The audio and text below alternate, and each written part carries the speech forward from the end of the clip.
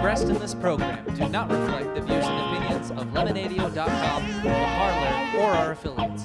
Please direct all complaints or concerns to info@13folds.com.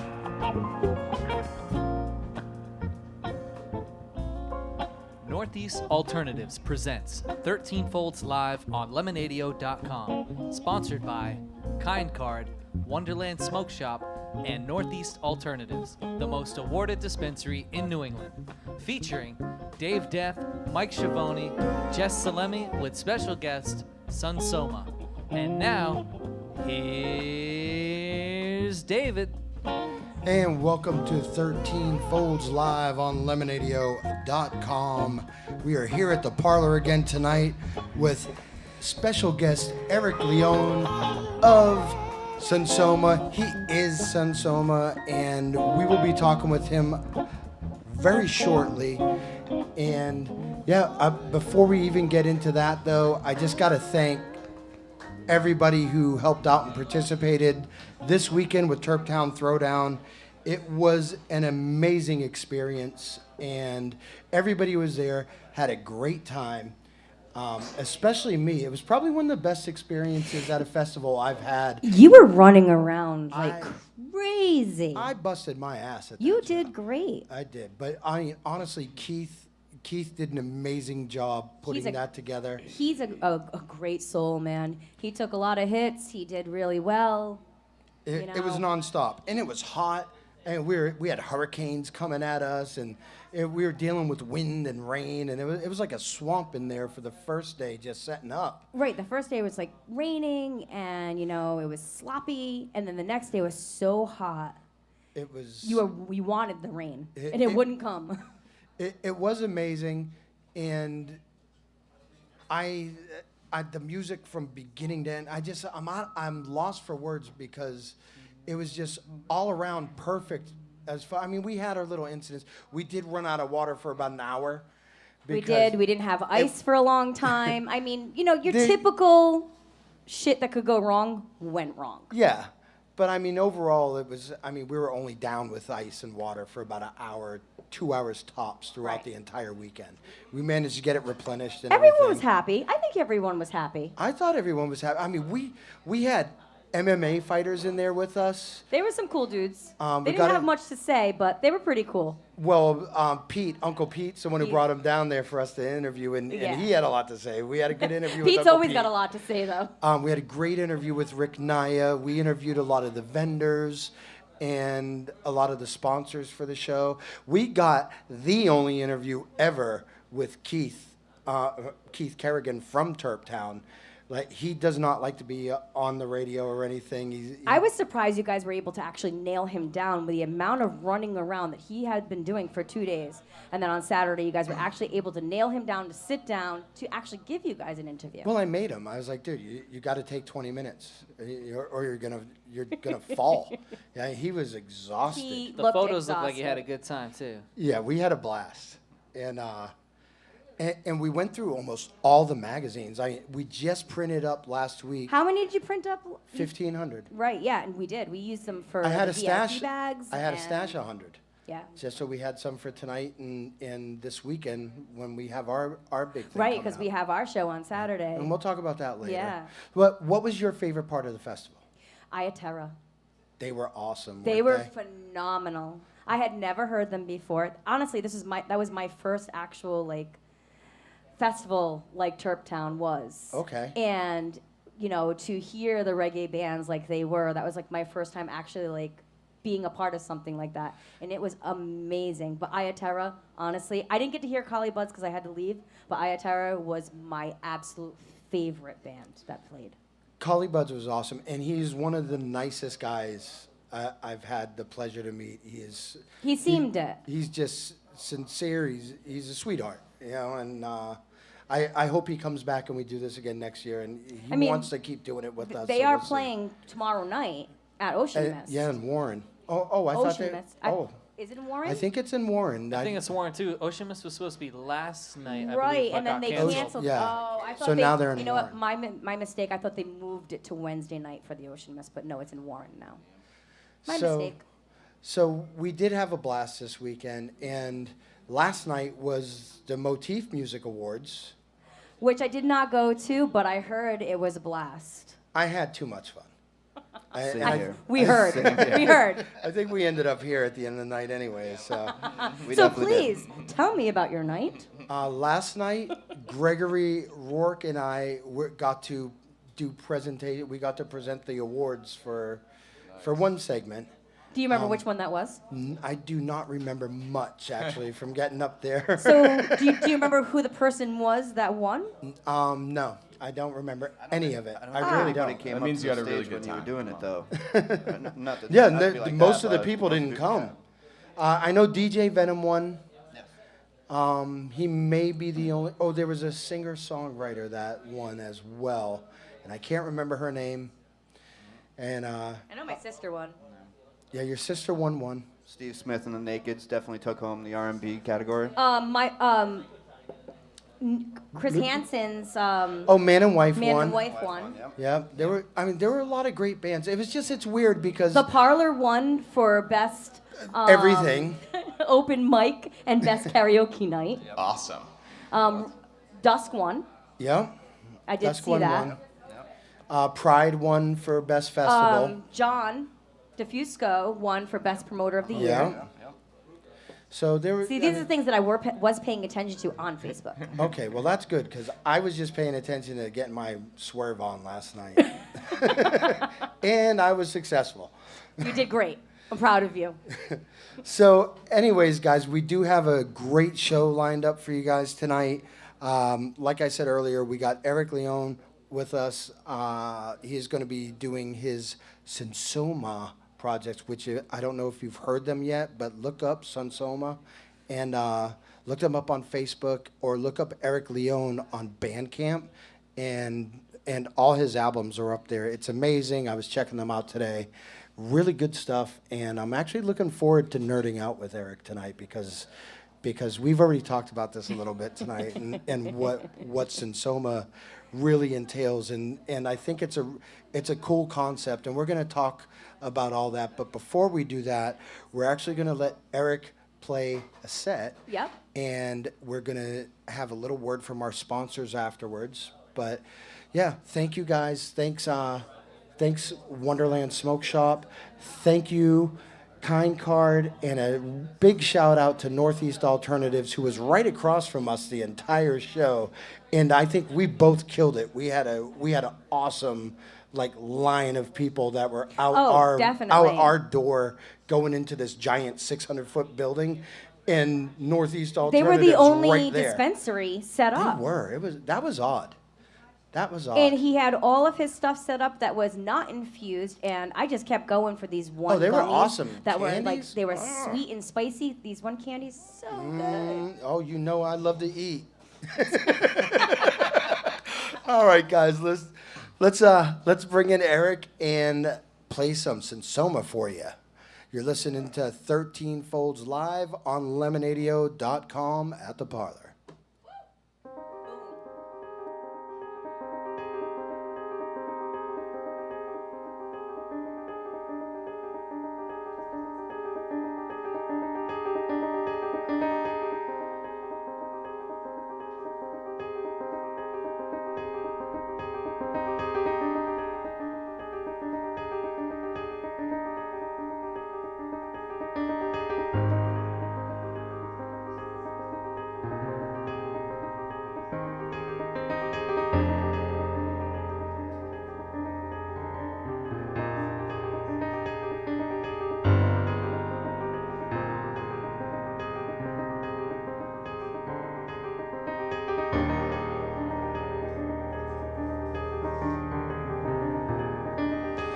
They can't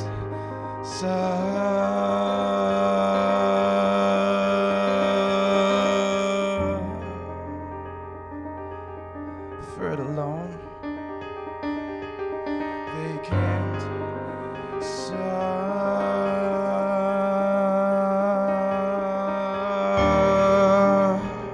suffer it alone. They can't suffer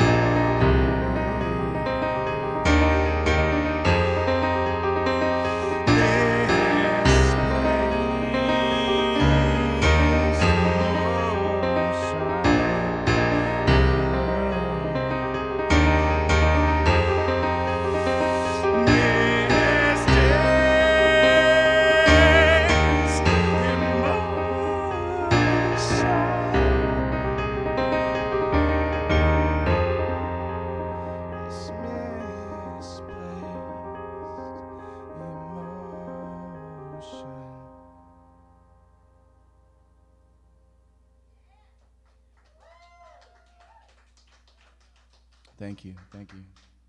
Could I get a little reverb on the mic? I mean, thank you, thank you.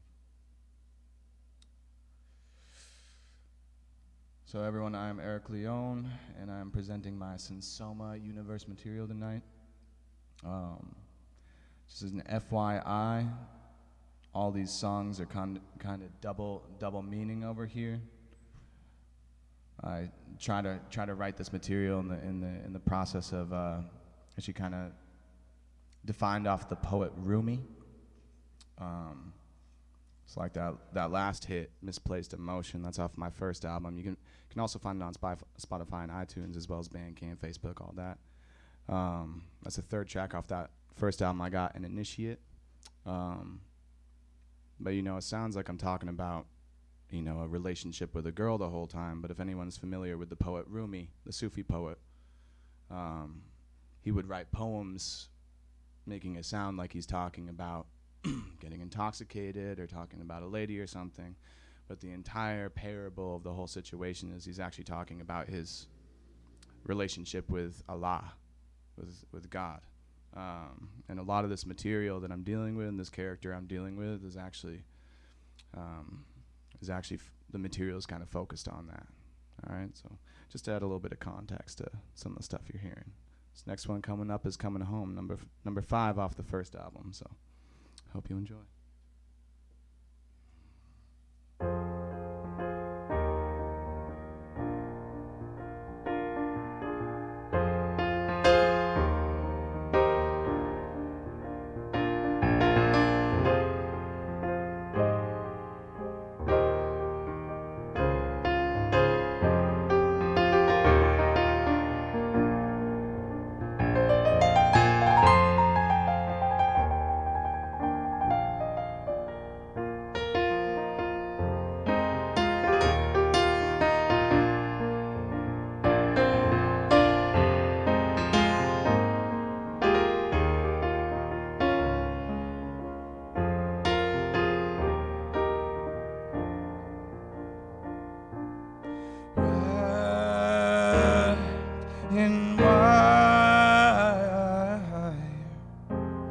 My heart is found some power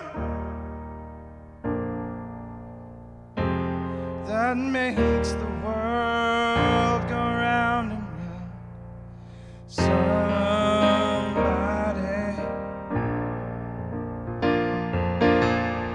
cracked my hard drive.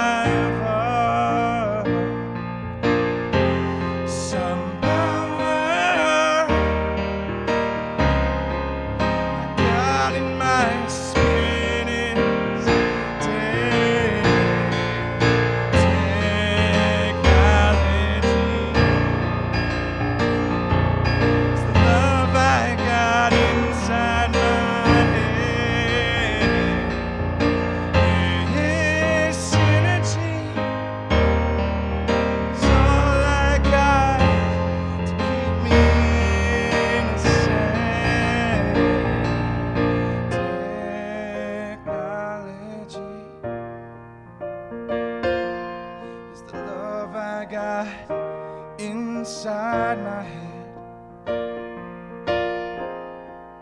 this energy is all I got to keep me innocent. Upgrade, upgrade, upgrade.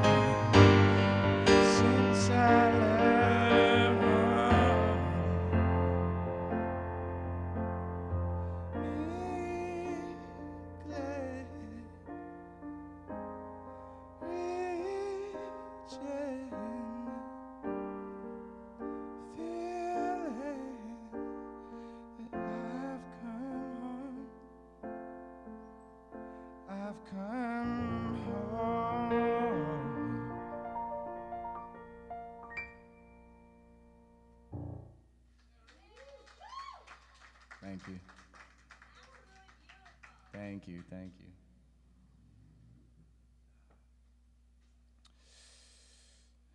And anyone that's been to any Sonsoma show, yeah, who knows? No one here, right?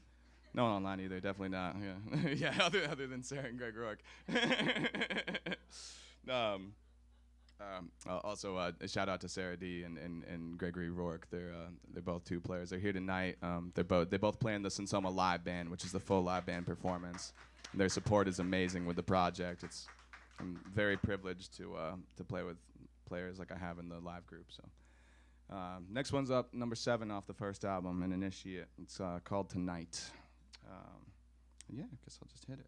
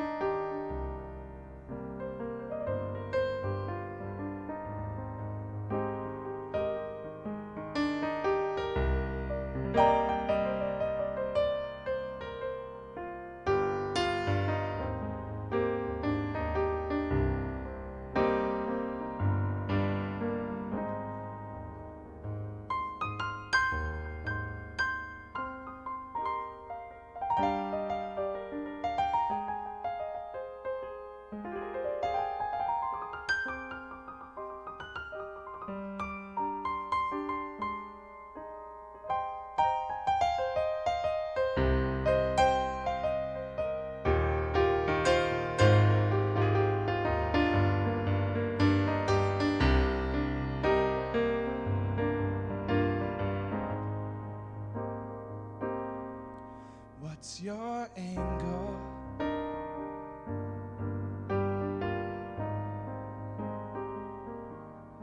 Get to the truth of it.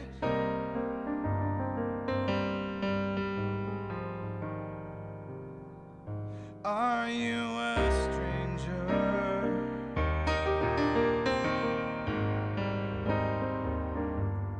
Or can I get used to your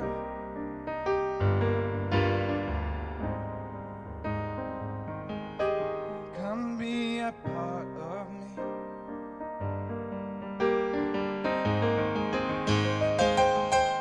I need you real close.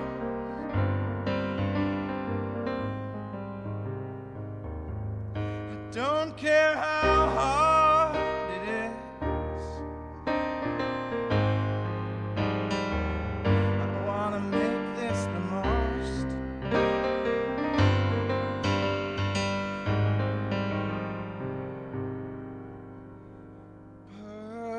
Perfect moment tonight.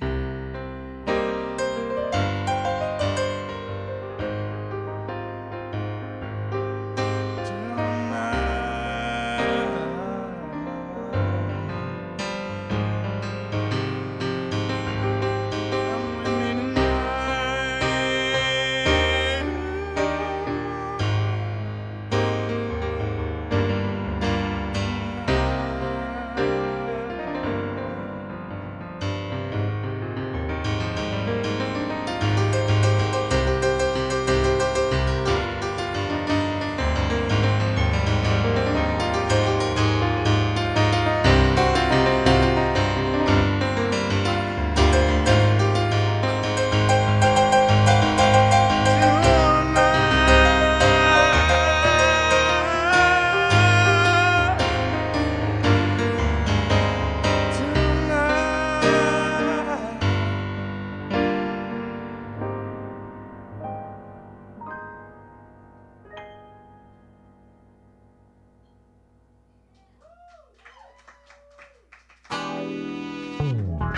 Northeast Alternatives is Massachusetts' most awarded medical and adult use dispensary, located in Fall River, Mass. Now serving adults 21 plus from all states with a valid ID. Visit their shop at 999 William S. Canning Boulevard, Fall River, Mass. Or visit their website at anyalternatives.com to see their full menu. We'd like to tell you about one of our sponsors, Kind Card, the kinder way to shop. Kind Card replaces cash and conventional credit cards anywhere it's accepted. Dispensaries and cannabis-related merchants can join those around the country, and then they receive their U.S.-based checking account. And it only takes a second for you as a merchant to join their Kind Card program right from your point of sale. Unlike credit cards, which take days to clear, Kind Card funds are deposited directly into your checking account. Visit kindcard.com to learn more about this revolutionary program and become a consumer or a merchant today. Wonderland Smokeshop carries all of your e-cig, hookah, and tobacco products, as well as an assortment of imported and fine cigars. There is also a vast selection of rigs, mods, and glass for the connoisseur in you. Wonderland is a great smoke shop for all of your needs. With great prices, great service, and family atmosphere. From special orders to new products, their honest and trustworthy staff will exceed all your expectations. Visit Wonderland Smoke Shop in Warwick, Rhode Island at 666 East Ave. Don't forget to follow them on Facebook and tell them 13 Fold sent you. Lemonadio. Did you ever hear of anyone smoking dried mushrooms? What? Oh, nothing. Skip it. Providing relief from dry mouth since 2020. Tell me who it is, damn it. You got 5 seconds to tell me who the hell this is. Lemonadio. Welcome back to 13 Folds Live at the Parlour on Lemonadio.com. And we are joined here by royalty once again. Michael Schiavone. The one, the only. Yo, I was so pumped when I heard he was guest hosting tonight. I was like, no way.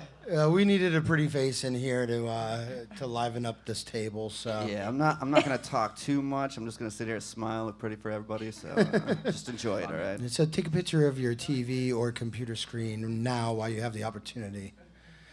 So Eric, Yes. that was absolutely beautiful, man. Thank you. The music, and I didn't know it was just going to be you tonight, and I'm kind of glad because we get to focus on some other conversation. We don't have to spend the rest of the time talking to Hash and Nick and those guys. We all know. We who they focus are. on you, you know. So we were talking. Actually, it was a couple of weeks ago. I remember talking to you about it, and you were explaining to me that Sonsoma was a sci-fi character that you had created, correct? Yes. You want to tell us a little bit about that? Yeah, absolutely. So when I first started writing the material, from the first album, I did it linearly. So from the first track to the last track, I wrote one after the other. The fiction wasn't fully there yet, but the second I wrote the second song on the album, I realized there's a lineage here. There's something that's going on, and it started getting my gears turning. And what I ended up with was this sci-fi character called Sonsoma that is in the 23rd century or the 2200s in the future, and Sonsoma, it's even difficult to really gender the character because it is an experimental synthetic AI. So synthetic meaning it's a synthetic human being. If anyone's seen Westworld or anything, that's kind of what I'm getting at. And That's what that reminded me of. Yes. Yes. Right? Now I swear I had not watched Westworld or even knew of it before I started writing this character. I swear it's not copyright. Isaac Asimov also talked about this kind of stuff all the time. And the experimental side of the AI and this future world is in this future. A huge amount of the human populace, like Homo sapiens sapien group, kind of got devastated due to a World War III event, a little bit like Star Trek history. Yeah.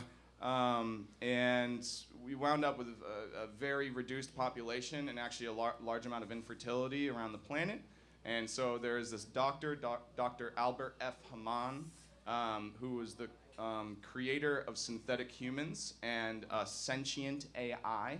Yeah. And he was like, in this future, it was unlike, apocalyptic scenarios of this kind of stuff. He was actually like hailed by the world and wholeheartedly encouraged to do this research. And so the world got filled with these synthetic human beings that were sentient, that were real people.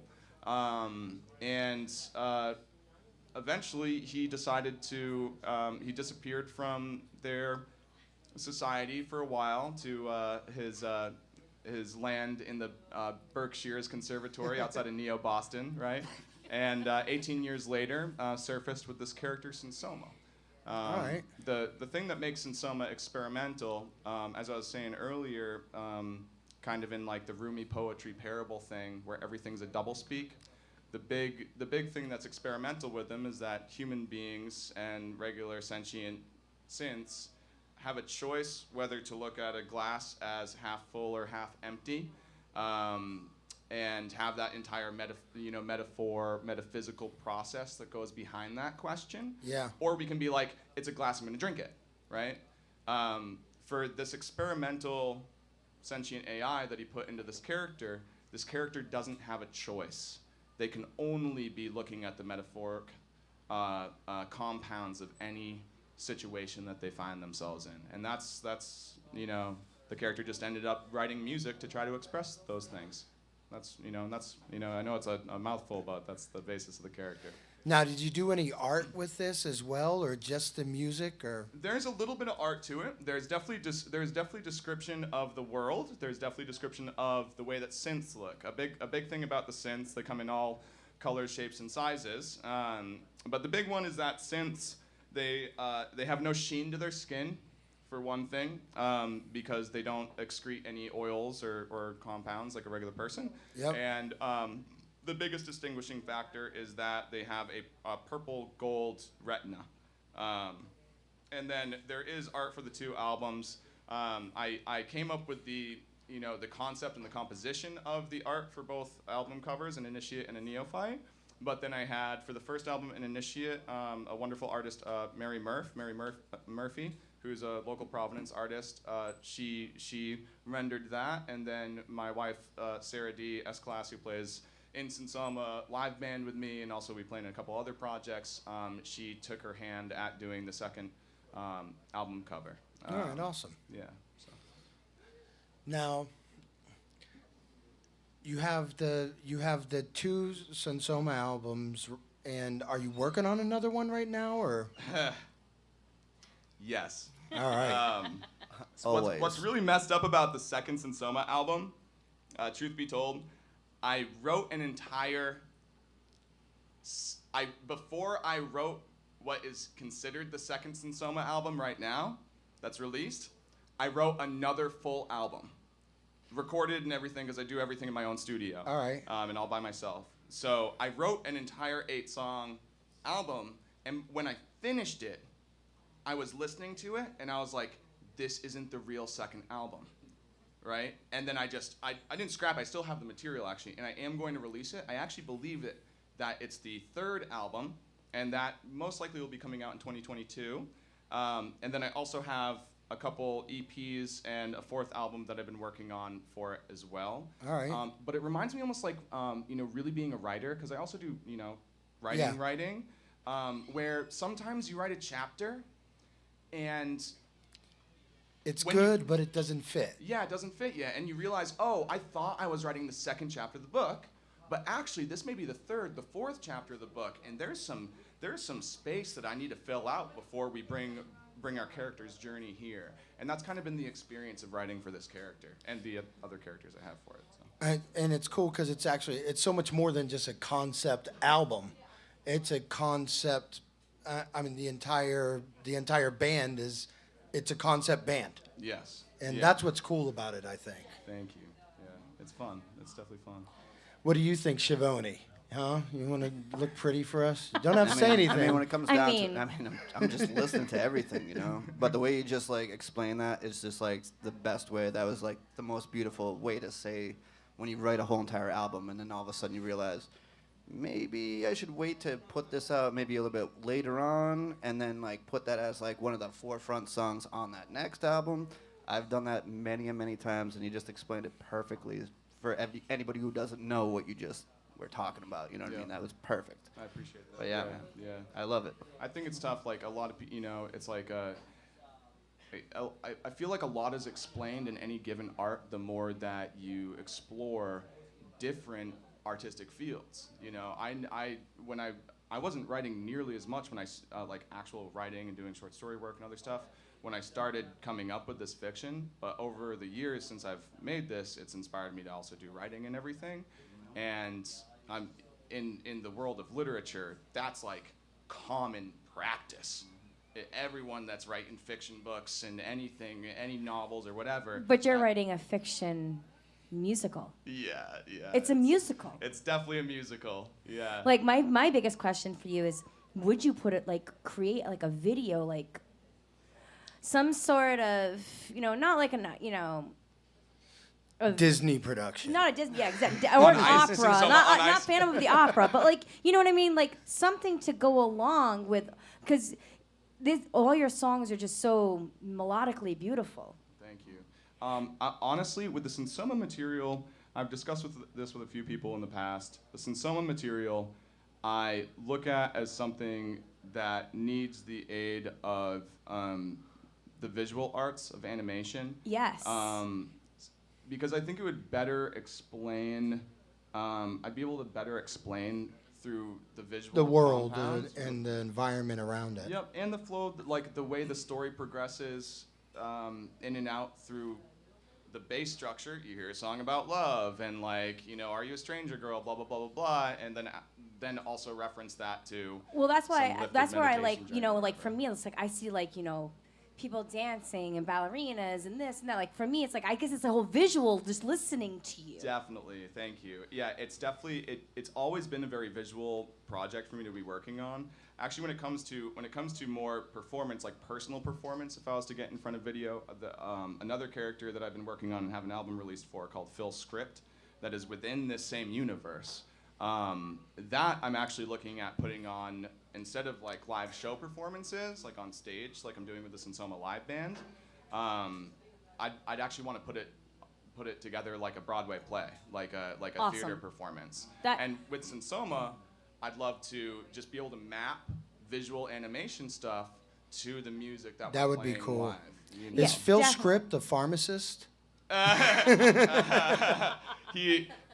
Phil Script is definitely a degenerate youth character, absolutely, and the pharmaceutical side Possibly. of things come up Maybe. within that material, most certainly. Like, and it is funny, especially with Phil Script, but even with Sonsoma, I really try to separate myself. Like, I try to separate Eric from the material a lot, and really approach it like. Like a filmmaker, like a novel writer or whatever. It's tough to do, and even with art, to separate yourself from art. From the art, and be like, this isn't, the views, the things I'm singing about, any ups or downs of it. Like, this isn't Eric. Eric wants to watch some anime and like, see the latest movie and like hang out and eat chips. That's what Eric wants to do, or like geek out and play with Animal Face live or something. Who doesn't want to do that? Yeah, right.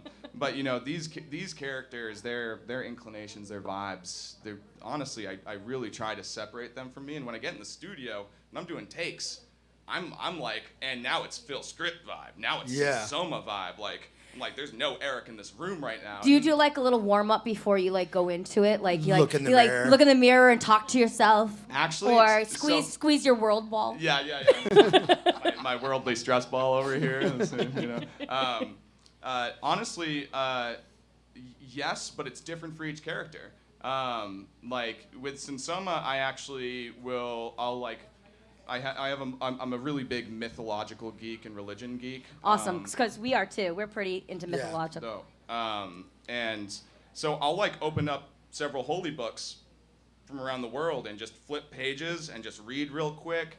I'll sit and do a couple meditations from a couple different, or prayers from a couple different religions. I'll take out weird tarot cards or crystals and stuff and just I'll vibe up really hard because the whole thing is that this Dr. Albert F. Hamann, is trying to create a mystic. That's why he wanted to make Sonsoma. He was trying to create, forcibly, scientifically create a mystic. And so that's Sonsoma's whole vibe. You don't really hear about mystics too much either anymore when you're like watching sci-fi and stuff. Well, not Yeah, since the the only great stuff- mystic massacre of 1733. It's been it's ixnayed. We don't talk about it anymore. I will say, Dune, the upcoming Dune. Dune, I that's love huge. Dune, yes. That's a sci-fi that's completely laced with like the high priestess hood that's Oh, hell controlling yeah. all of the universe and stuff, and they're projecting themselves into the astral realms and communicating psychically. I'm actually looking forward to Dune. I'm not super even pumped. I'm not even gonna lie, I really am looking forward to Super it. pumped. When I saw that they cast the lead actor that's playing Atreus, the main lead, that actor, I saw him first in the film The King on Netflix, and I was Ooh, Love that that was movie. so good. oh my god, I was blown away by it. So good. Absolutely blown away. I When wish saw I the could cast remember the him- name of him. He was really, Yeah, I he's forget a his name. great Someone actor. just brought it up the other day, and Yeah. I just went on like a fanboy service real quick for 20 minutes. I love fanning out. Come on yeah, now. that's the way to go. It's That's fun. the way to go. All right, so we're going to take another quick break and let you play some music, and then we'll Great. be back. You guys are listening to 13 Folds Live on Lemonadio.com at the Parlor. Woo! Let's see.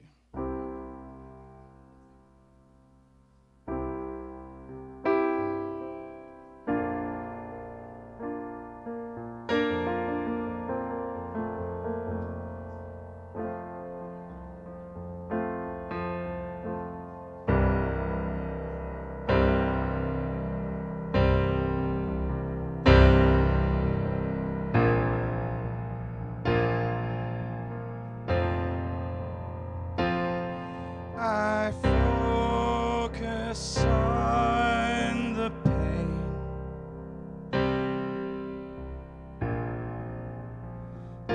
losing no time, falling fast as rain. This fall is mine.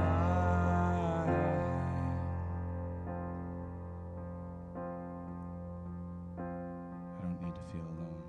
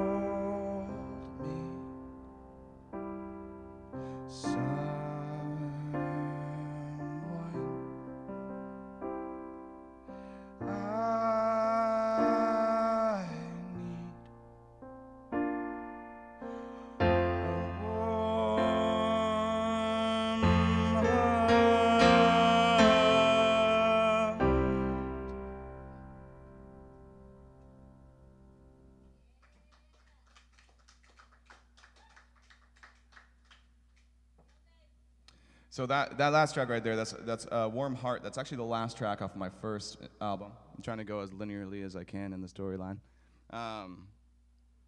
I just want to reference one of the lyrics in there, which is the last set of lines.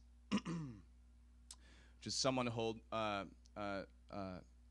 need someone to hold me and take me out of this god-awful place. The way the lyrics are actually written when it comes to god-awful place is God, then AWE dash FULL place.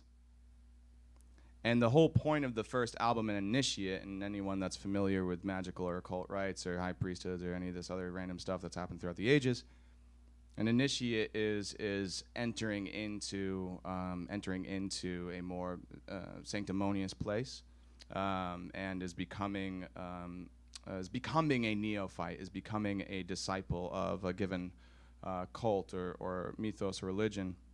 And the whole first album is actually Sonsoma dealing with the fact of his physical existence, dealing with the fact that it is a synthetic person, and dealing with the fact that it's a code that's running its mind, and the end of that album is not meant to that Warm Heart is not meant to actually be a downer. It's actually supposed to be a real big upper, where because of the overwhelming revelation of the entirety of the first album for this character, Sonsoma is literally overwhelmed by the power of feeling soul, feeling like a person, truly for the first time.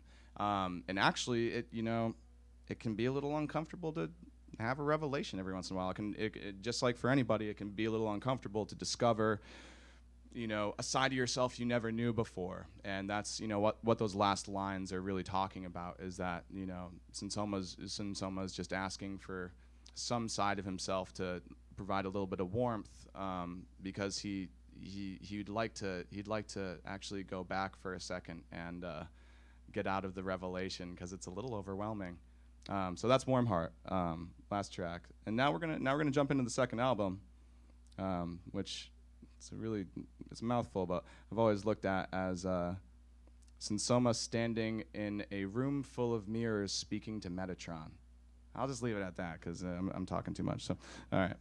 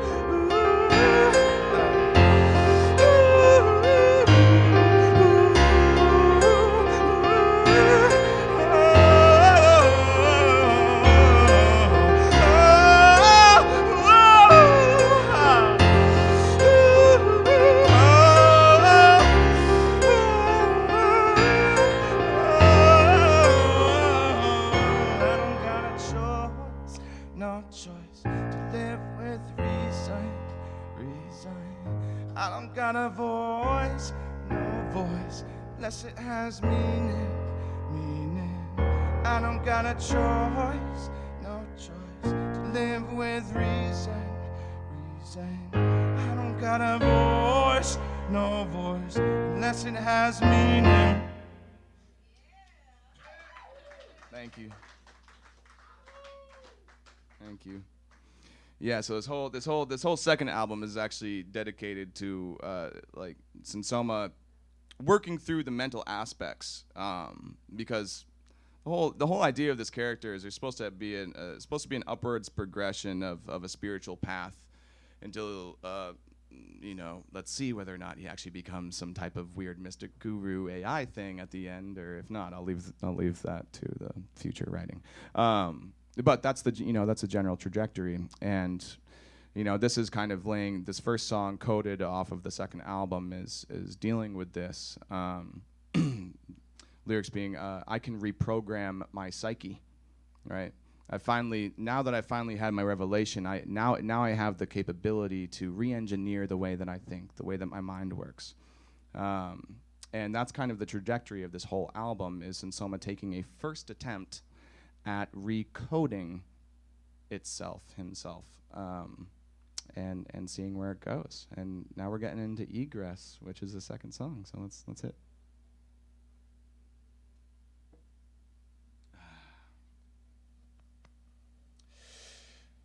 This is my egress, I lay low. These are my defenses, I let go. These are my insides without soul. I'm just a lost child without hope.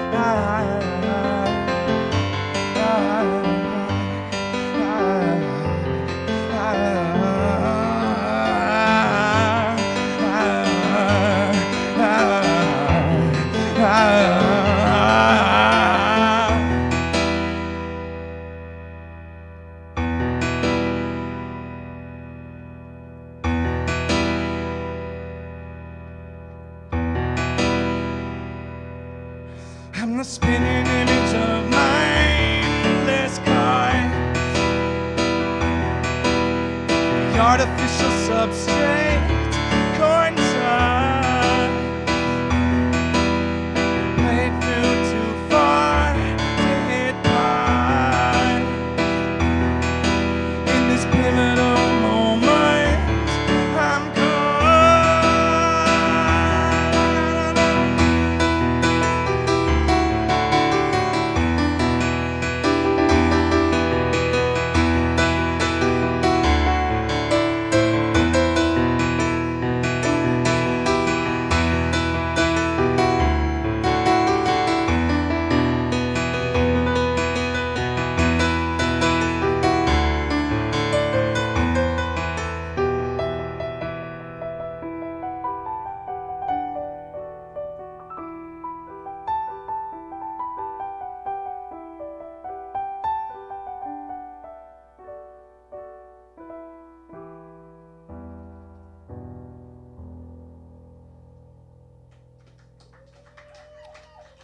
Thank you.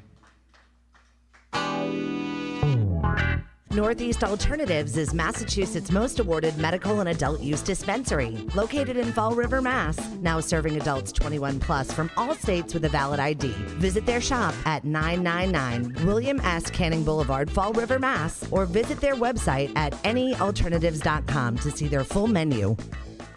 We'd like to tell you about one of our sponsors, Kind Card, the kinder way to shop. Kind Card replaces cash and conventional credit cards anywhere it's accepted. Dispensaries and cannabis-related merchants can join those around the country, and then they receive their U.S.-based checking account. And it only takes a second for you as a merchant to join their Kind Card program right from your point of sale. Unlike credit cards, which take days to clear, Kind Card funds are deposited directly into your checking account. Visit kindcard.com to learn more about this revolutionary program and become a consumer or a merchant today. Wonderland Smokeshop carries all of your e-cig, hookah, and tobacco products, as well as an assortment of imported and fine cigars. There is also a vast selection of rigs, mods, and glass for the connoisseur in you. Wonderland is a great smoke shop for all of your needs. With great prices, great service, and family atmosphere. From special orders to new products, their honest and trustworthy staff will exceed all your expectations. Visit Wonderland Smoke Shop in Warwick, Rhode Island at 666 East Ave. Don't forget to follow them on Facebook and tell them 13 Fold sent you. Lemonadio. Did you ever hear of anyone smoking dried mushrooms? What? Oh, nothing. Skip it. Providing relief from dry mouth since 2020. Tell me who it is, damn it. You got 5 seconds to tell me who the hell this is. Lemonadio. Fried mushrooms. Welcome back to 13 Folds live at the Parlour on Lemonadio. Lemonadio.com. And we just got the news in. What's the big news over there? Oh my God! So the big news. Drum roll, please. All right, that was perfect, guys. Thank you. That's all I got. Anytime. So I just got news that Lemonadio, Steph Viva won first best DJ. Lemonadio won local radio station and radio personality for the best of. It's the best of Cape Cod. Right. So I can't read that part. That's why. so we're killing it. How many in categories mass. did they win? That's three categories. 3 categories. 3 big ones. 3 big ones, but that radio station of the year, baby, that's the one that's important because that's us. We're the nighttime. And I mean, couldn't have done it without congratulations. all our loyal listeners. Congratulations to Steph Viva, though. Like, Oh, she killed it, man. She is the best person out. Well, it's Cape Cod, though. You're limited. It's Great Whites and I mean- Steph Viva. her personality, though, like that, I feel was really what really helped. Like, Oh, bring she's this whole awesome. thing And in. she was great this weekend, too. She did fantastic. You know, Turptown got nominated for Best Festival for Motif Awards. I didn't know that until we were reading them. Who won? Pride, Rhode Island Pride. Oh, well, that makes sense. Yeah, so, but we got a bunch of other events. I know August we got just a few more because there's only one weekend left. And our big one's coming up. But what do we got coming up for So what we have events? coming up, so August 27th to the 29th, the Higher Education Music and Arts Festival is kicking off with the Expendables, the Elevators, Mike Love, Bumpin' Uglies, Natalie Rise, and more. This event has over 50 bands throughout the weekend. Visit highereducationfest.com for ticketing. Oh, and if I know Jay, this should be off the hook. So you know Jay, huh? How good do you know Jay? I just Like, how figured good? because you read that every week. I put it in the first week, and you always read that line, so I took it out. 'Cause I was like, Thank she's gonna, God she's for gonna- taking that. she's I'm gonna so glad you read took it. things out that you don't want me to read. Well, I put mean, 'em- you can freestyle some of this. I'm just trying to put some basics on there, and I do a lot of copy and paste. Thank freaking God for that. This Saturday, August 28th, is the 3rd annual Token Tiki Luau at Platforms Dance Club in Providence, Rhode Island. We have we have Viking Jesus, who will be performing along with Josh Willis. We be serving up We a be serving up some semi-traditional food. Hawaiian feast. Hit us up on 13 Folds Magazine's social media or look up the event on 13folds.com and purchase tickets while they last. We have quite a bit of VIP tickets left. See, those are the tickets you actually want. Those are the ones you want, but you can go on and you can get your tickets. This actually is the first time we opened up the luau to the public. because I wanted this one to be. I want everybody to be able to come and enjoy it because. I mean, we're gonna have massive amounts of vendors, right? Yeah, we're gonna have vendors there. I don't know about massive amounts. I'm just trying to build you up. It's no Terp Town, but I'm just saying. Trying to help you out here. There'll be a couple of guys there, slinging shit, cheap. Saturday, September 4th, right here at the Parlour, we have Slurp and the Z-Boys. Shavoni, you ready for this? It's gonna be one of those nights, right? I can't wait. We played with the Z-Boys here a couple times, and every time it's pretty packed. It's gonna be off the hook. Yeah, we're selling tickets online before the event, so if you can do that, I'd say do that. For sure. That's going to be an amazing that would be show. on the Parlour's website to get those tickets, correct? Yeah, I think so. Yeah. I mean, this is your event. I'm And asking you may recognize Dude, the I just play awesome guitar, artwork for that flyer. That was awesome. So, yeah, come on down here. I'll be here for that show because I love both of you guys. I'll be here Slurp too. and the I Z-Boys are kind of awesome. have to be here. I mean, I might bring my kids. I just leave them I in the hope so. kitchen. Maximus would love it. Are you kidding Maximus me? would have a Maximus blast be out jumping here. up on stage, rocking out with the best of them. Just give him his guitar. He's great at it. All right, what do we got coming up after that? So then Saturday, September 11th, we have Adema is taking the stage with Providence Rock Day at Fett Music Hall in Providence with special guests Flaw, the Oda. It's one word. I don't know. That's how it's spelled. That's what they're like. So I'm going to say Adiven. Odd even? I think it's odd Odd-even? even, Odd- but it's odd even. But it's spelled as one word. Okay. Adiven. Adiven. Adiven. And Joint Damage. This is an all ages, all day show. Go to fetmusic.com for a full list of bands and more details. Do you remember Cold or Adema? Because I know Cold's playing that. Adema was awesome. Wasn't he Rob Zombie's little brother or something like that? I have no idea. I thought that was Power Man 5000. Oh, God, yeah, that's right. All right. Spider. All right. Spider was his name. Anywho. Oh, no. Thanks, guys. Friday, September 17th will be a night of tributes at Platform Dance Club featuring the Tool tribute band Schism with special guests Sode of a System of a Down tribute and Sode a the tribute wet- to the Sode the Deftones. wet Listen, I will pocket. say it when you're lucky I don't say soda, okay? Soda. Soda. Sod. I like it. I love you guys so much. Sunday, September 26th, we will be hosting the Big Vafangul with music by the Blue Notes. This is an Italian feast with entertainment and a few special surprises for those who attend. This is at a secret location, and you need to be a 13-Fold Sinner Society member to attend. Check out the new 13folds.com website and join the club now. It's the only true VIP experience for the cannabis culture. 'Tis true. 'Tis true. And we're back with Sonsoma. Eric, are you classically trained? In part, yep. Yes. Just watching you play, it's like I had a fantastic college professor that was a private tutor for a very long time in my youth, Professor Henry Santos. Where'd you go to college? No. College of life, baby. No. Yeah, no, I was so I was considered prodigious when I was 1.5. And I started ear training and doing everything when I was like 2 and Oh, wow. making beats and everything. That's in Were part- your parents musicians? my father, professional bass player, and my eldest brother, who's 12 years my senior, is a free jazz tenor sax player. So I mean, Fantastic. I remember him being like 12, maybe like 14, in my parents' living room, doing note for note Coltrane Giant Steps. You know, Wow. that was just it's the environment I grew up in. And my brother, in between the two of us, my brother Nick. I was actually kind of like an inventor, like math genius. So, and my mother was just a fantastic, wonderful, supportive, and incredibly hard-handed and heavy-handed woman that helped to instill the utmost of discipline. Well, you need that, though. You do need that. Absolutely. I mean, maybe not everyone does. But as they can all attest to me growing up, I needed it. That's for dang sure.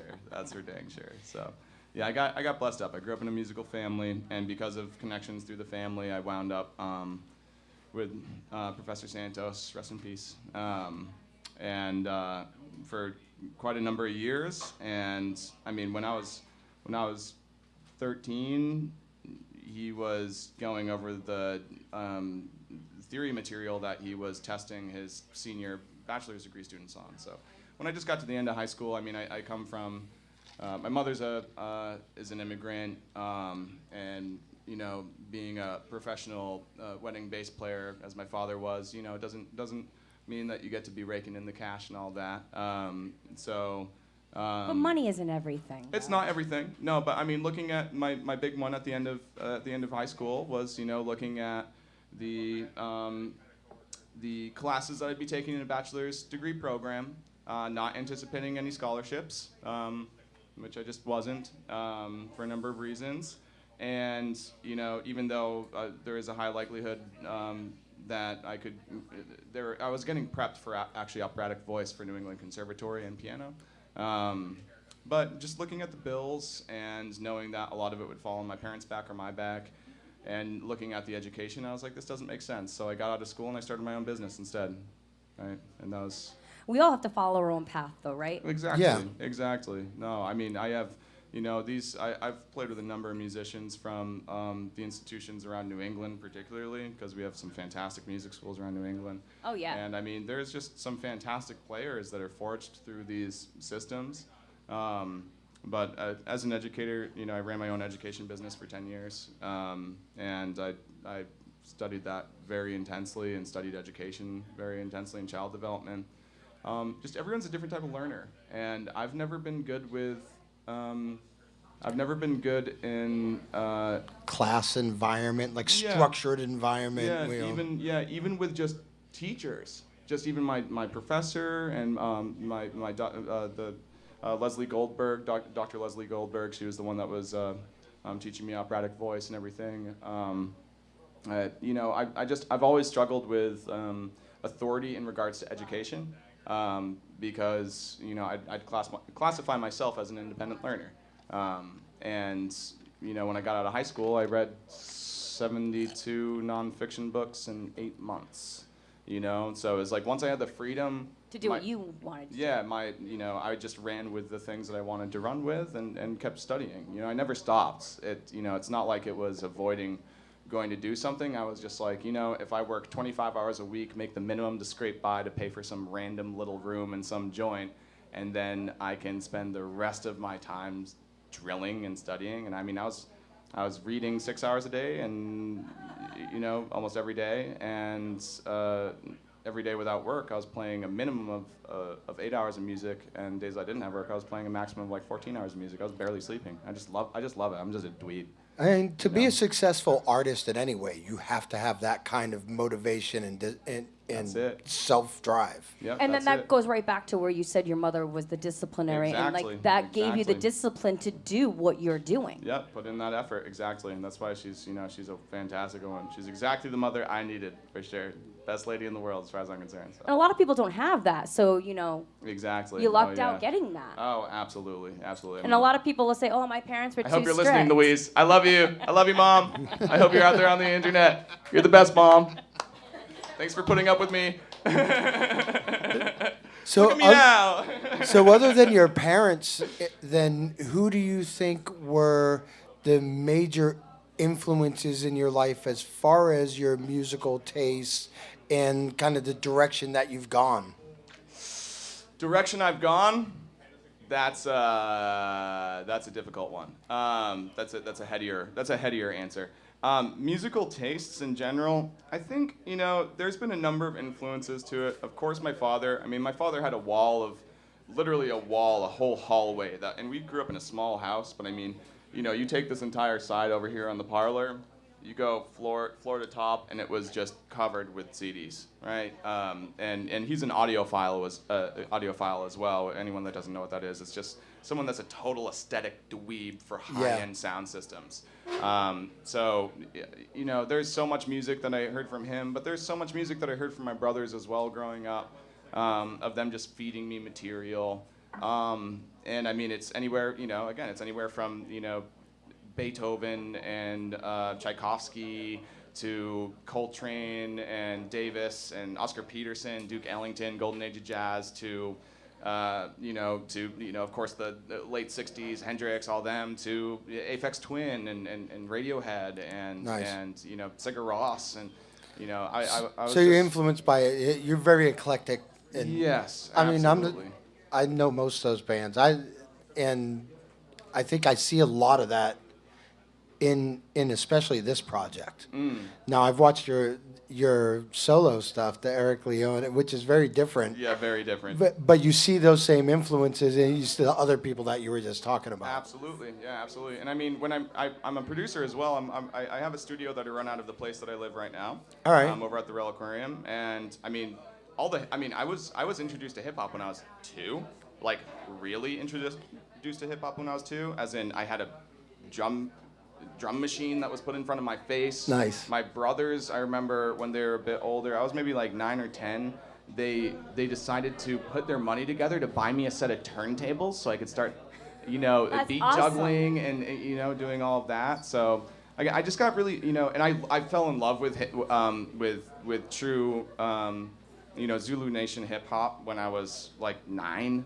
I was beatboxing, I was rapping, I was doing graffiti, I was whipping out cardboard in my back. Like I just loved it. You fell in love with it. I was Yeah. I was in love. I'm still in love. I mean, like OG, the five fingers of hip hop kind of deal. Like that is just like it's my world. There's so much to it to me, And what's gorgeous about that too, with all the resampling, with all the types of music that happen in hip hop. Hip hop's really it's a thing that allows for the culmination of like all my tastes that are so vast. I can apply every single one, every single day in hip hop, every single time. I can do microtonal jazz theory. I can do Lydian chromatic concept. I can do Carnatic music theory. I can do Bach-ian 4-part chorales. I can do all of it in hip hop. Like that is like that's why I still love hip hop. Most of the people I have in the studio were doing trap and hip hop and R&B. So is the studio at the Rail Aquarium? Yep, over at the Rail Aquarium HQ over All right. in Lincoln. Yep, it's Blue Cat Records. But please don't steal it. I didn't make the LLC yet. No, I swear in another month. Well, Lemonadio owns it now. Damn contract. The damn contract. We just had this conversation about the contract. I know. Okay? I love that. I have a question for you. Yeah, please. Because he's one of my favorite artists. How do you feel about Frank Zappa? Zappa. I love Zappa. Zappa's dope. I like Zappa's mind a lot more than I like a lot of his music, to be honest. I like the way that he looks at music, the way that he looks at the world. The only thing is that I feel that Zappa did a lot of things completely cynically. He almost reminds me a little bit like Andy Kaufman, in which he would go on stage and he would tell jokes through his music that were meant for him, not meant for the audience. And it's not that I love that vibe, but what that produces isn't something that I can personally listen to on repeat. But when we get into his time period where he was composing classical music for orchestra, for symphony, that stuff, absolutely amazing. And I will say what his son Dweezil is doing, where Dweezil is hand-picking the stuff that is the least, telling a joke personally on stage material, and it was the most real, like, true passion Zappa material. Dweezil is presenting that on stage, and I went and saw that over at the Zeiterion with my Uncle Jason. Maybe I love you, Uncle Jason. Maybe like 6 or 7 years ago or something. See, I saw Dweezil at the Columbus a few years ago. Yep. And it was amazing. It's amazing because he handpicks the top tier. And he's a wonderful guy too. If you got to meet him and he's really nice. Get your poster signed or whatever. I got to meet him, and he was absolutely the nicest He's guy a very, in the world. very chill dude. And it's really cool what he did. I mean, he went, I think it was, don't quote me on this, but it was anywhere from, a year to 2 years. He dropped out of society, went to like some hilltop cabin, and drilled the guitar every day, every hour to perfect his father's material before he started the Dweezil Zappa stuff. Yeah. And that, like, again, like the discipline thing, I have nothing but respect for that. Because that's, Right. sometimes that's what it takes. It doesn't always. If you're the Velvet Underground, it doesn't take anything. But you just do some you're heroin or definitely something. right. Zappa, you're definitely right though. Zappa is not for everyone. No, absolutely not. No. Even the stuff that I love the best out of him is probably the least approachable material. Right. You know, you listen to his orchestral stuff, and it's, I don't know, you might, crap. I mean, Yellow Snow is my favorite song. So. Yeah, it is a classic. It is a classic. But it deserved to be on Monty Python's Flying Circus. You know? I agree. So when did you start the whole concept of Sonsoma? I believe it was early 2017. Okay, so it's fairly recent. Yep, yeah. Early 2017, I started the first song off the album Initiate, which is called Post.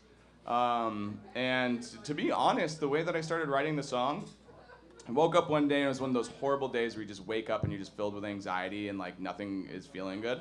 And I had the whole day off, so I was like, I cannot sit with this all day. This is awful. This is like, I'm working 6 days a week, it's my one day off, like what the hell is going on?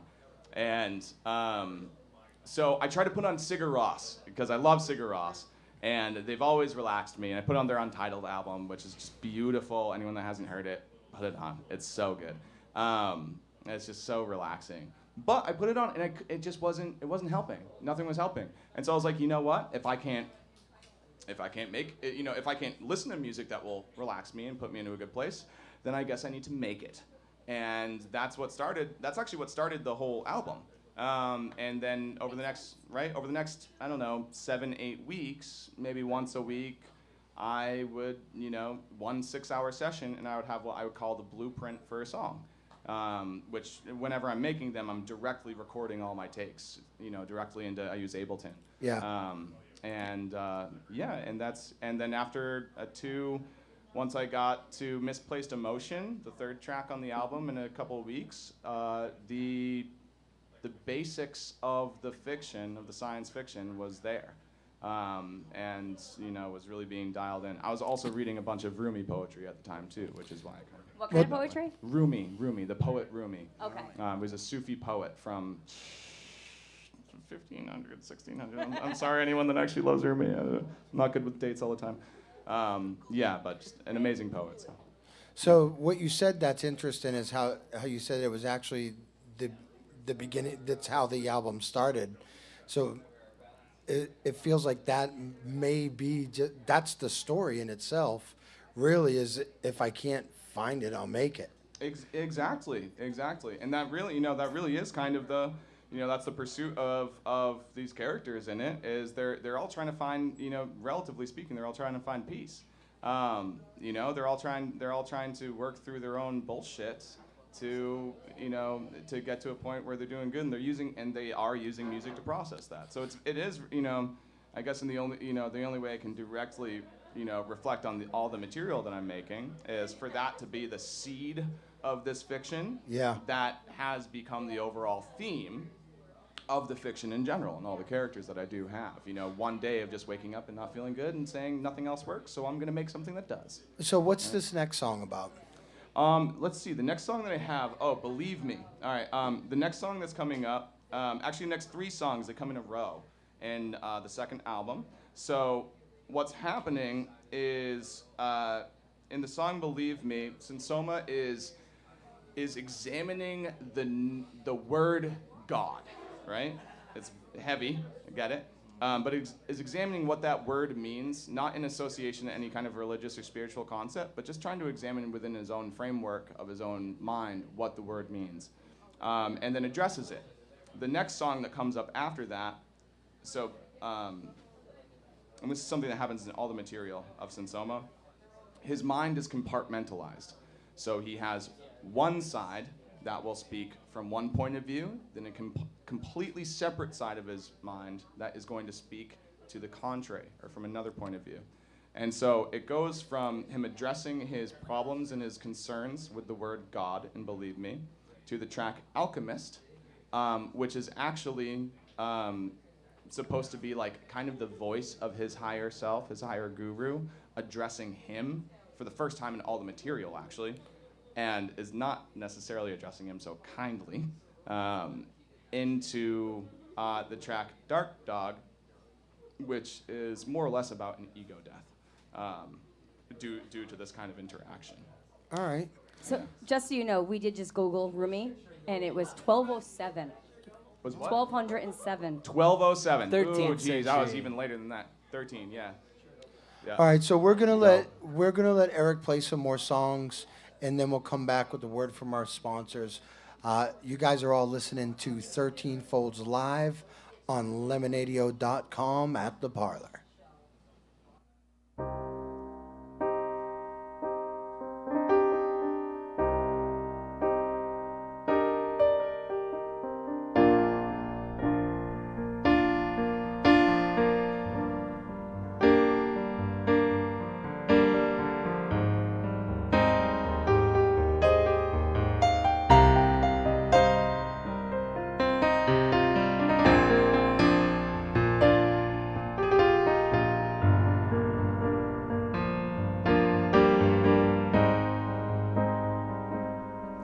Believe me if I could, you know I would.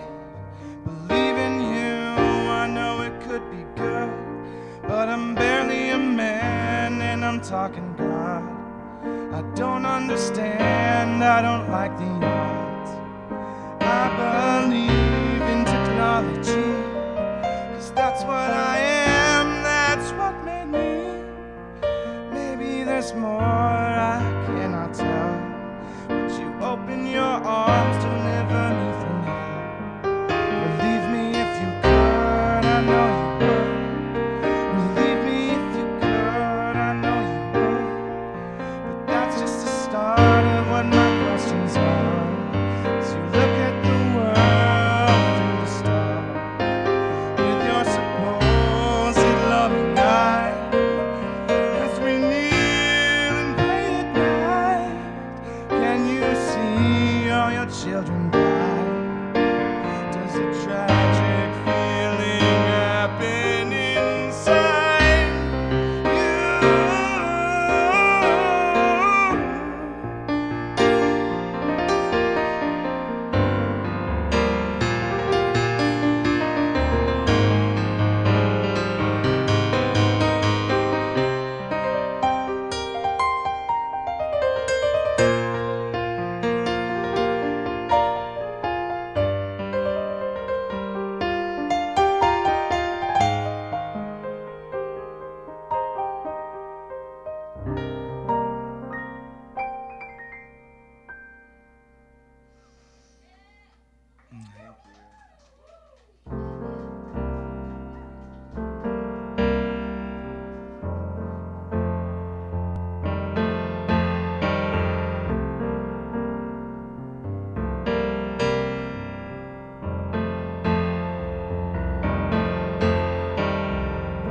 You run,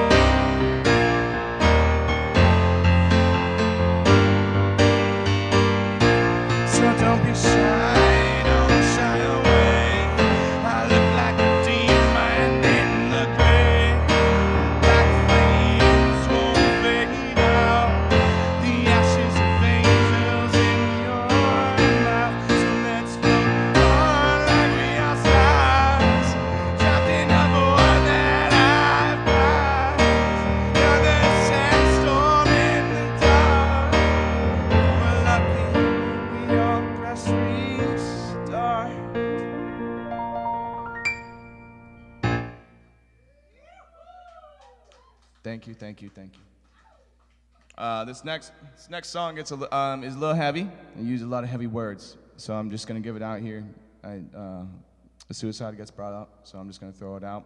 National Suicide Hotline is 1-800-273-8255. There's nothing to fuck around with. If anyone you know, anyone that's around your life, if you're worried about them, please feel free to reach out. It's there for a reason, and we can all encourage life together. No one wants to wake up to any news like that ever. This song does not reflect any of my feelings about suicide. This is a metaphor and a parable for ego death. I just used some strong words in it, but I still want to throw that out there again. 1-800-273-8255, National Suicide Lifeline. All right? Okay?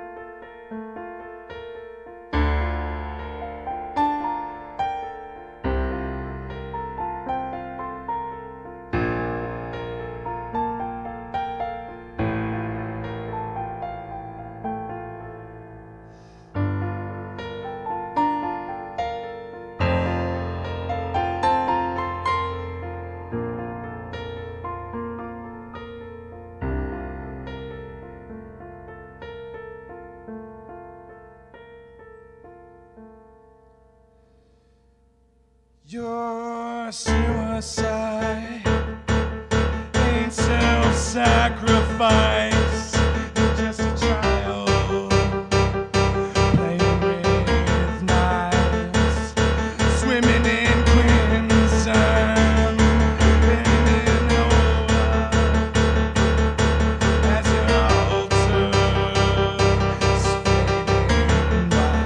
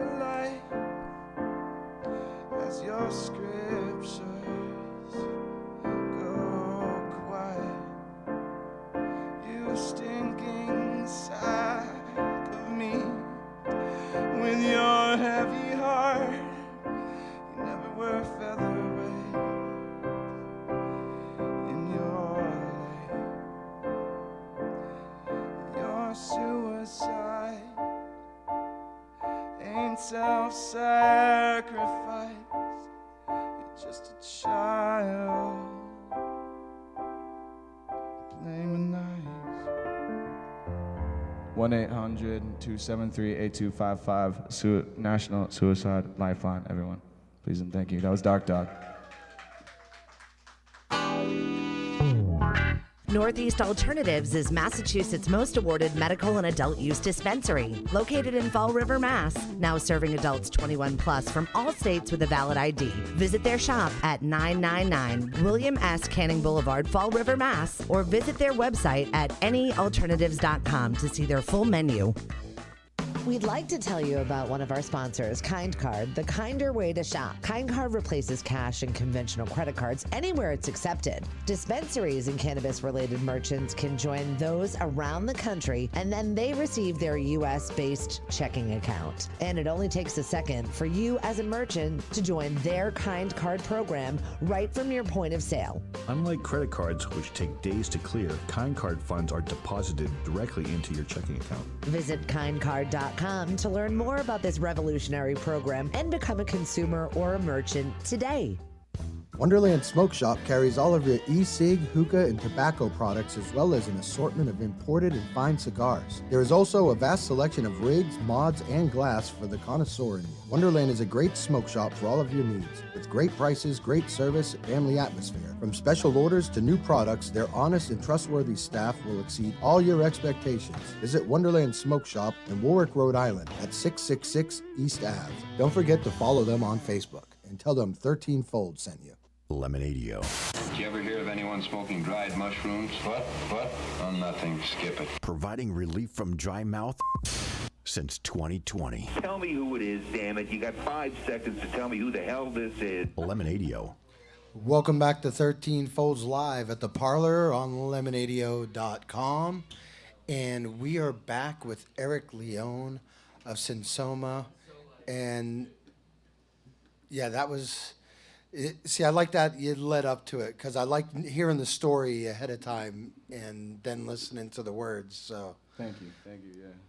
It was cool. You mentioned that Sonsoma was intended to be a mystic, but now it seems like he's reaching that point. Yeah. It's definitely it's an interesting thing. It's like he's intending to be a mystic, but it's this material is kind of his journey there, right? It's his journey there. Whether or not he ends there, it ends there. I mean, I'll leave that to my final chapters, right? It is kind of interesting actually with this album that I'm playing through right now, a neophyte that you're bringing that up, is particularly that last song, A Dark Dog, is the whole idea of it. Let me preface this real quick. Preface it with the philosophy that enlightenment is not a process of betterment, but is a process of destruction, right? Because you are enlightening yourselves, you're lightening up your load, and therefore, like ego deaths, personality deaths, whatever, are like part of the process. You need to leave some detachments behind. But that last song is actually dealing with making a ego death, doing an ego death process, but from a state of hubris, right? From a high horse. You're like, yeah, look at me. I'm gonna do some spiritual work and go through ego death. Woo! And I'm gonna be so much better for it. And we all know those types. We've all seen that. If you go to any festival, you'll find them, right? Right. And you know that whole thing is kind of a jab in the ribs at that process, and is actually kind of, you know, that point right there in the album is actually kind of the zenith of what the album's talking about, where he's attempting to recode himself, he's attempting to make these progressive steps, but ends up doing it in an act of hubris and self-involvement, and therefore actually falls really hard because of it. And that's actually kind of the whole point of this whole second album. So if he's sentient AI, like when was he created? Like is he old or is he kind of new? So he was created wholly as an adult, right? As an adult form, didn't grow, unlike actually another character I have, Phil Script, which the last song of this next set will actually be a Phil Script song. But it's about 18 years when he comes public with the first album, and with the backing of Dr. Albert F. Hamann, the forefather of synthetic sentient AI in this future. So now do people know he's AI? Everyone definitely knows that he's a synth. Because the eyes? because the eyes, because the skin, and all that stuff. And what's with him coming public,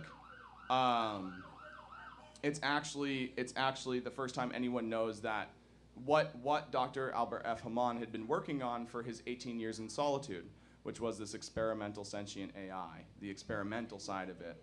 And the fact that Sonsoma is coming public with his first album actually creates quite a stir in the global synth and human populace. But yeah, it was a weird decision for Dr. Albert F. Hamann, because he himself is a little bit of a nerd to even be thinking in those kinds of ways to create synthetic sentient humans and all of this.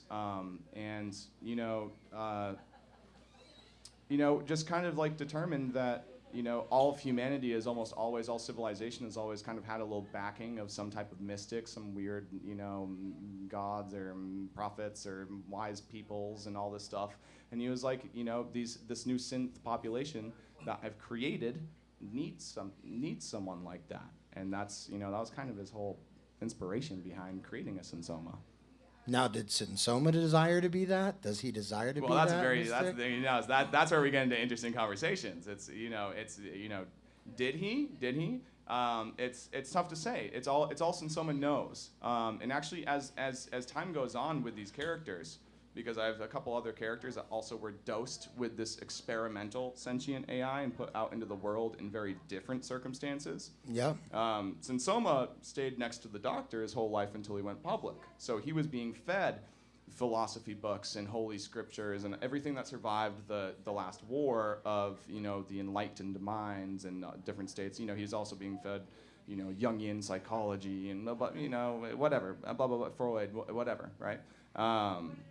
And when he goes public, eventually he starts to meet his brothers, if you want to put it any other way, his siblings. It's a good way of putting it. Right, which is Phil Script and a character I have called Future Nerd, and slight things change in the story when that happens, but it seems overall through the progression that Sonsoma is not combative with the life he was raised in. If anyone's familiar with the story of Jiddu Krishnamurti, who was someone that came from the Theosophical Society in the early 1900s, he was found as an orphan and the Theosophic Society that started with Madame Blavatsky. They found this orphan that was Jiddu Krishnamurti, and they raised him to become the world's next great teacher, right? They had all this weird, woo-woo that said this child was going to inspire and teach the world. And Jiddu Krishnamurti is a fantastic philosopher. But at the age of 26, he had a 10,000-person cult built around him that he had his entire life, and he disbanded the entire cult. And he grew up being called the world teacher and lead everyone to whatever, and he disbanded it, being like, you should not follow anyone except yourself, and spent the rest of his life lecturing about the dangers of not thinking for yourself, of not really dissecting language and dissecting things for yourself, and really looking at your viewpoint of the world. And in a number of ways, Sonsoma to me is a little bit akin to the person Jiddu Krishnamurti.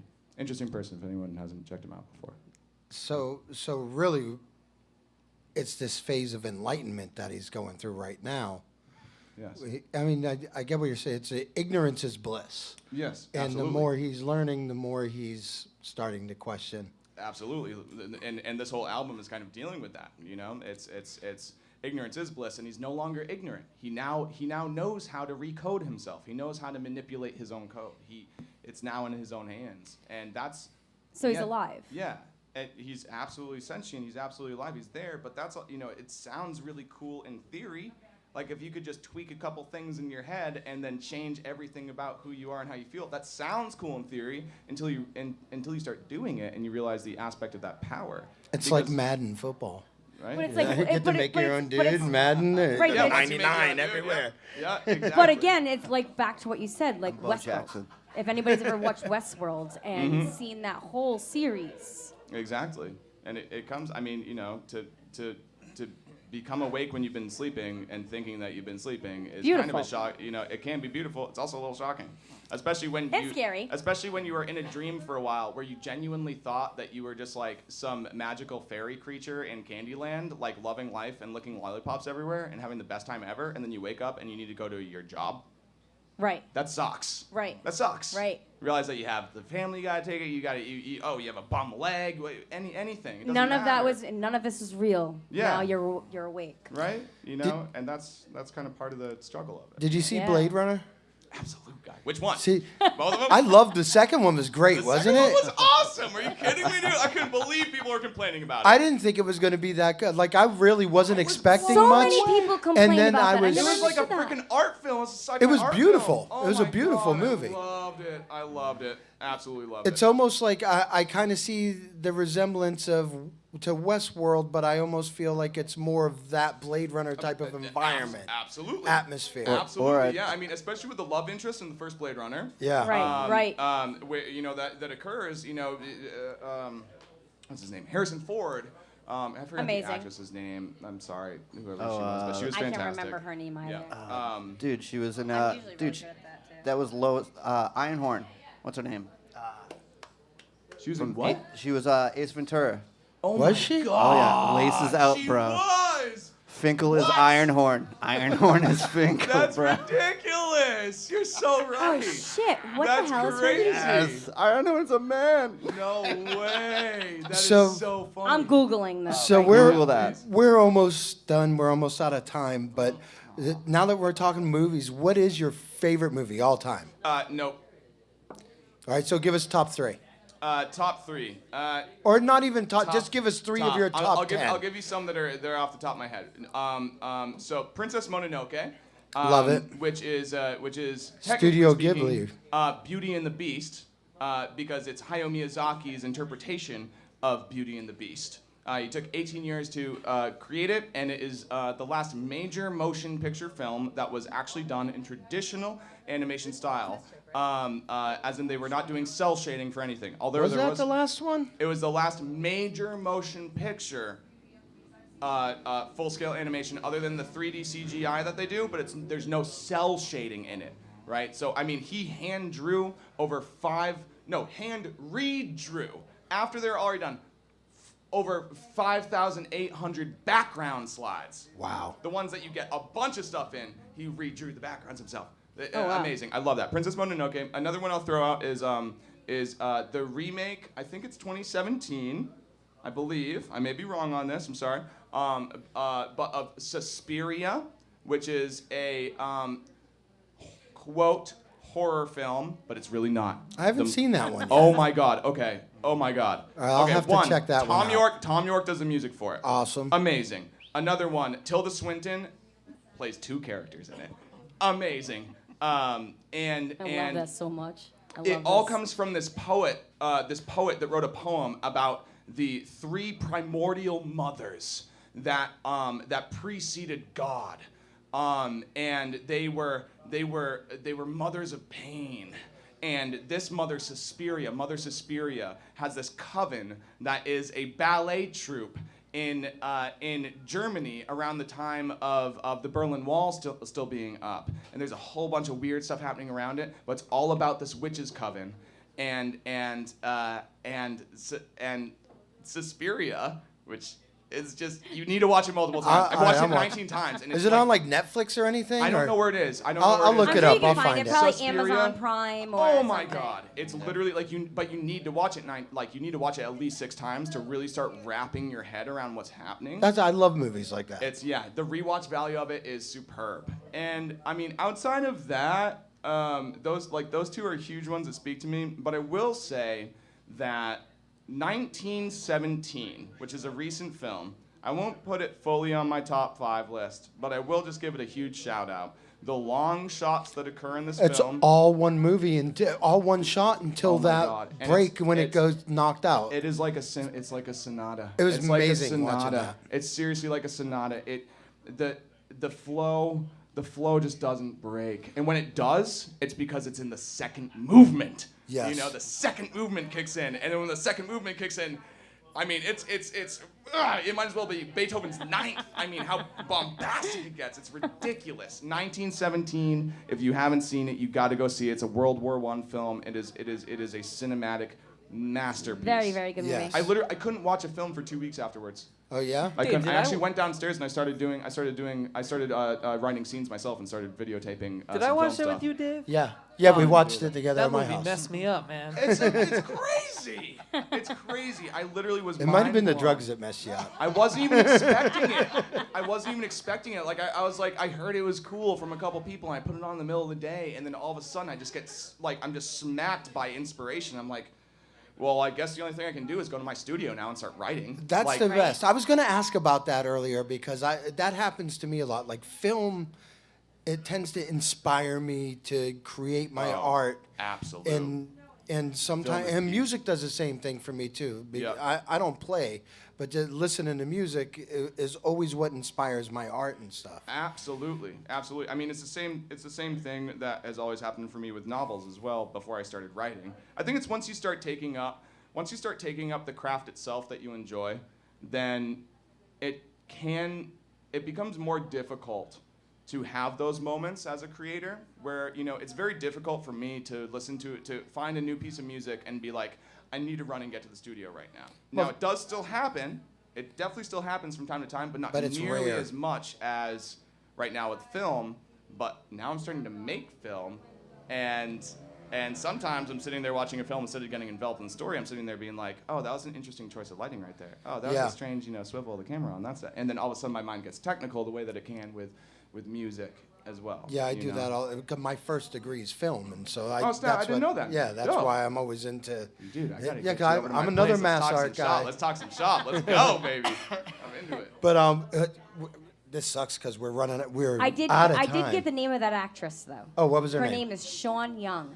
Sean Young. Sean Young was fantastic in Blade Runner. The original Blade Runner with Harrison Ford. The way that they worked off of each other was absolutely fantastic. And it does, that whole question was begging exactly what the question of, what I'm dealing with the Sonsoma material is. Right. Which is sentient or non-sentient, validity of the individual. So listen, let's listen to some music before we're done, and then you and I are going to talk shop outside. Great. We'll close but it out. before you play, just what do you have coming up for Sonsoma? Do you guys got any gigs or anything coming up? Sonsoma. So October 22nd over at FET, we are, anyone that is familiar with Resin Ed's 10th anniversary show is occurring at the FET on October 22nd, and the full Sonsoma live band will be present in support for Resin Ed's 10th anniversary. That's going to be a really fun show. It's going to be a really, really fun show. So that's the big next show up for Sonsoma. I hope we can get Ed on this show someday too. Oh, dude, we absolutely. might be able to get him up on here. Yeah, maybe. I don't know. Ed, who knows? He's a busy guy. He's in our Rolodex. Yeah, he owes me a favor. Who doesn't owe you a favor? Not many people. I don't. That's why I'm so nice. They owe me a favor. I'm gonna be nice, but you're gonna have to, one of these days I'm gonna call it a favor. Death, he's owed a favor by the devil himself. So anyways, guys, thanks to everybody for tuning in tonight, and thank you to Gregory at the Parlour who swept house at the awards last night. It was awesome. Oh yeah, Greg. Unbelievable.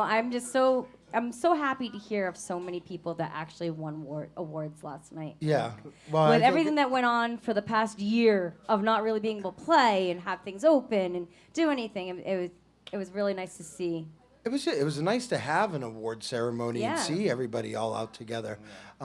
Eric, thank you. It's been a pleasure. Shavoni, thank you very much for coming and being the pretty face today. He did a great job being the pretty face. He did. Yeah. I thank everybody listening, everybody watching, everybody at the Parlour, everybody that I'm sitting around, and definitely this guy up on stage. Amazing. So now, who do we have coming next week? Jabberwocky. Ooh, Jabberwocky's going to be here next week.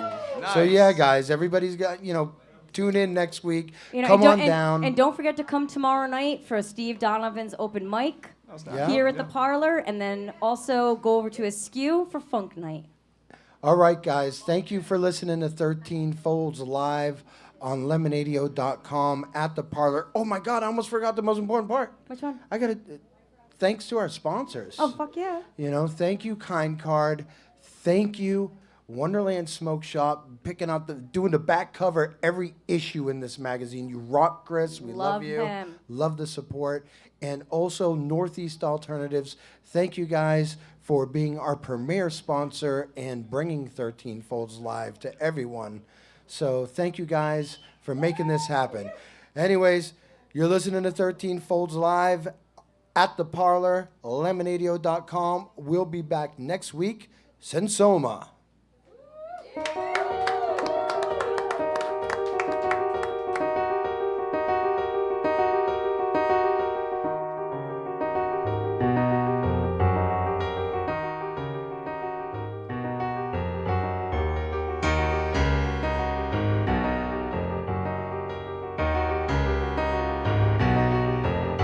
You spotlit show off your wretched leech as you pucker and try to preach the scripture according to you, the scripture void of the truth, some falsified notions abused. I'm not depressed enough to listen to you.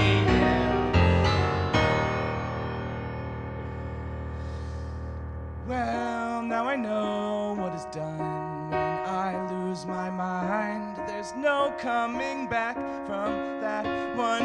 Now can I go and press restart like we had talked about? Is that a real option? Helpful if I see my choices. I just want to find my voice. If I can love you like you need, this is all I have to keep me from bleeding out on the temple floor.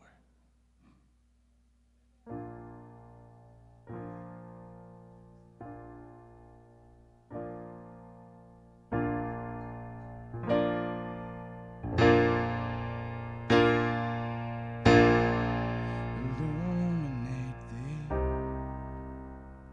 deeper dive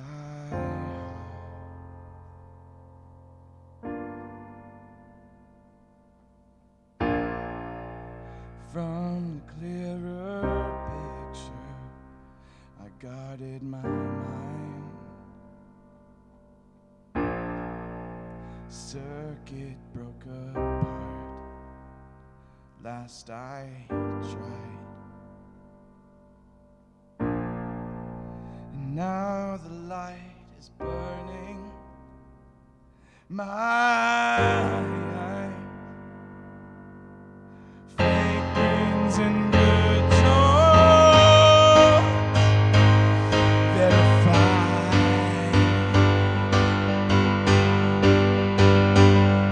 This pretty image of myself is a lie.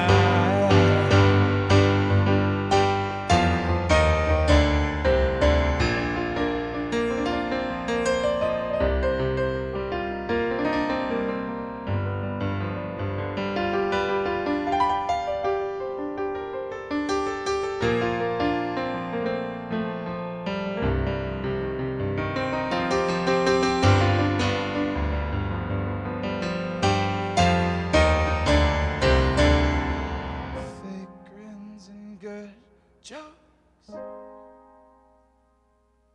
verify.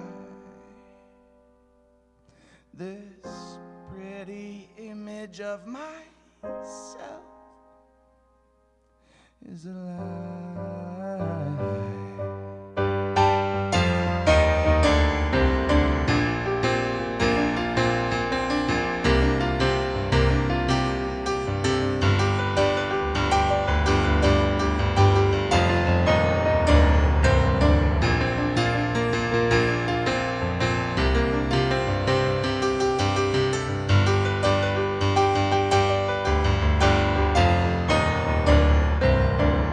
This is the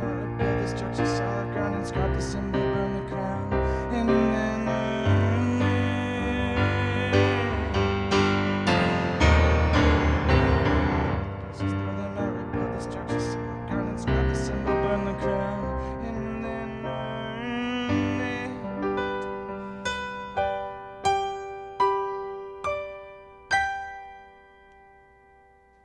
Verify, thank you.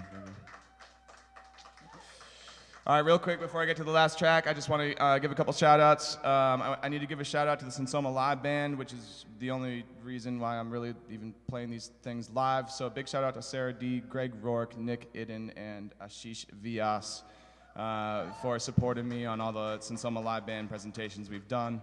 Also a huge shout-out to Totem Fahey for mastering all the Sonsoma material and the Phil Script material. Without him, most of the stuff probably wouldn't even be out truly to the public. And I need to give a big shout out to my father, Tom Richard, who was a great consult through the time of creating the material, and my buddy Nick Coder, aka Codankus, who has been there throughout this entire process as well. So just got to give a big shout out to those cats. And thank you. Yeah, please. They deserve it. They deserve it. They're dope. And this last track that I'm going to play tonight is actually not Sonsoma. It's Phil Script. Ha ha ha ha! Ha ha! Which actually would make it the first time Phil Script is ever getting presented live, which is crazy. Which is kind of crazy. So Phil Script is actually within the same Sonsoma universe, and he's supposed to be kind of the antagonist character for the whole thing, and is a degenerate youth character. So here we go. This is some Phil Script off of the album Broken Bottles and Bad Behavior. You can find it on Spotify and iTunes.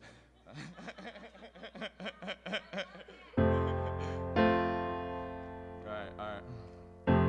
I know it's no surprise that I went and took too much, but what wasn't written in the papers is that I didn't want to wake up. People think they know me, that I'm just out of touch, but I choose to stop reaching out, 'cause one of these days I won't wake up. All the lovers wanna heal me and the killers wanna fuck, but none of that can make me better, even when I'm fucked up. Keep feeling so artificial, like I'm barely here. I know I'm synthetic, counting down the years. I can't even feel good, can't even love. I can't hate sounding like I'm bitching, but I don't wanna wake up.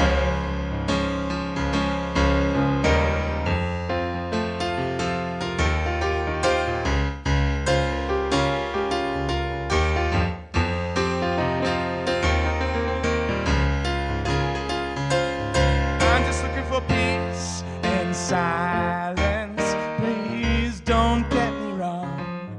I'm not looking to die, at least not yet. I just wanna feel at home when I'm there sitting alone, or at least when no one's around.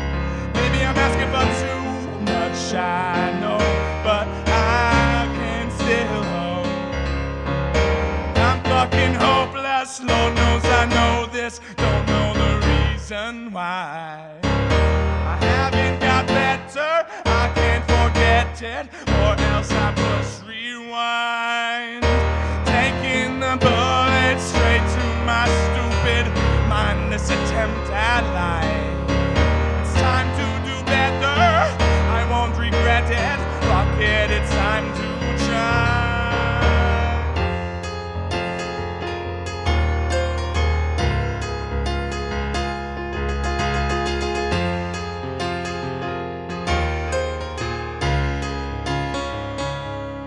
I'm just looking for peace and silence. Please don't get me wrong. I'm not looking to die, at least not yet. I just wanna feel at home.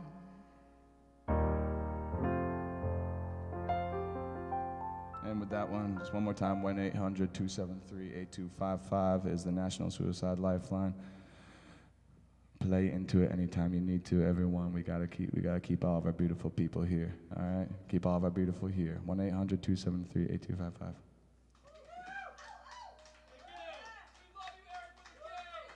Thanks for having me. 13 Folds for life.